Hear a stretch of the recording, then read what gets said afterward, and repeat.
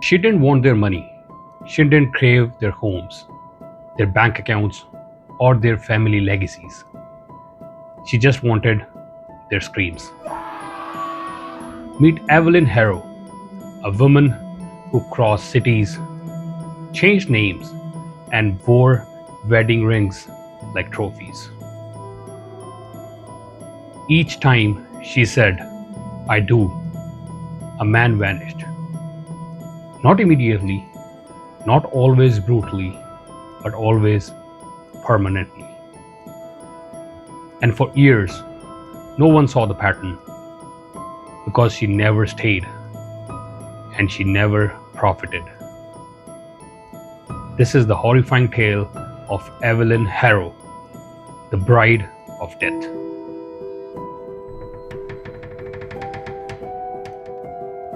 The first known victim was Daniel Cordero, a 48 years old cattle rancher in rural Montana. Daniel was known as quiet, kind, and unlucky in love. But that changed soon when he met Evelyn Barnes on a dating site for rural singles. They hit it off instantly. She said she loved the quiet life, adored horses, and had left the city for peace. Within 2 months, they were married. A quiet courtroom ceremony, no family from her side. 6 months later, Daniel stopped showing up at the local feed store. Friends thought he was traveling with his new bride. Evelyn told neighbors he'd gone to visit his sister in Arizona. But Daniel never had a sister. A ranch hand noticed the smell first, coming from the locked tack room in the barn. Police came, broke open the door. Inside, Daniel's body sitting upright in a metal folding chair. His eyes were open, mouth agape. A horseshoe nailed through his left hand and pinned to the wooden wall behind him. His chest had been sliced open vertically. The organs were gone. There was no blood on the floor, only on the ceiling, splattered like a storm. But most chilling, carved into the wooden beam above him in what looked like dried blood, till death. Evelyn was gone.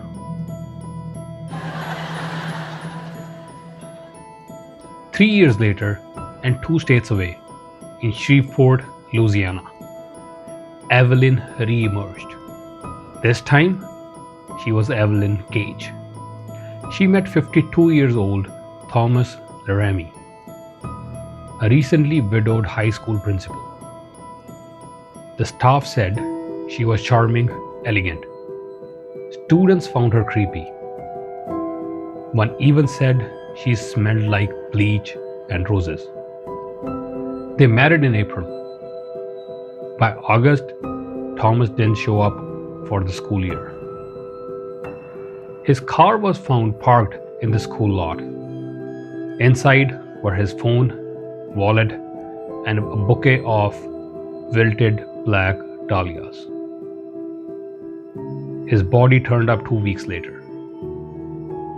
He was found in a rented storage unit under someone else's name. Thomas was hung upside down from meat hooks in the ceiling. His skin had been peeled from his face and folded neatly over a mannequin head. His eyes were sewn shut with fishing line. Police found no fingerprints, no forced entry, and no Evelyn. Over a decade, Evelyn married 5 men, all in different states, all under different names. None of the men had close family. Most had modest lives. Some were even considered loners. But the pattern was chilling. Quick marriage, isolation, sudden disappearance, a staged body, always found with a twisted artistic touch. One victim was posed as if reading a book in bathtub full of red wine. Another was encased in resin inside a wooden coffin made to look like an antique cabinet. She did not do that for money. She never filed life insurance. She never tried to inherit. She just disappeared. It all unraveled in a sleepy Vermont town when she married Gregory Black, a retired marine biologist. Gregory kept to himself. His home was surrounded by trees, no neighbors, perfect for Evelyn. But Gregory had a habit. He wrote letters, weekly letters to his niece in Oregon. When the letters stopped, his niece got worried. She called the police. Evelyn answered the door, smiling. She said he was traveling. Evelyn even showed a forged postcard. But she made a mistake. She called the niece by name. The niece had never spoken to Evelyn. Police got a warrant. In the basement, behind a fake wall, they found Gregory's body, dressed in a tuxedo, mouth filled with rose petals. His hands were sewn together in a praying gesture. Above him, a wedding veil. She was trying to preserve him like a wedding memory. Evelyn Harrow, if that was her real name, was arrested in 2019.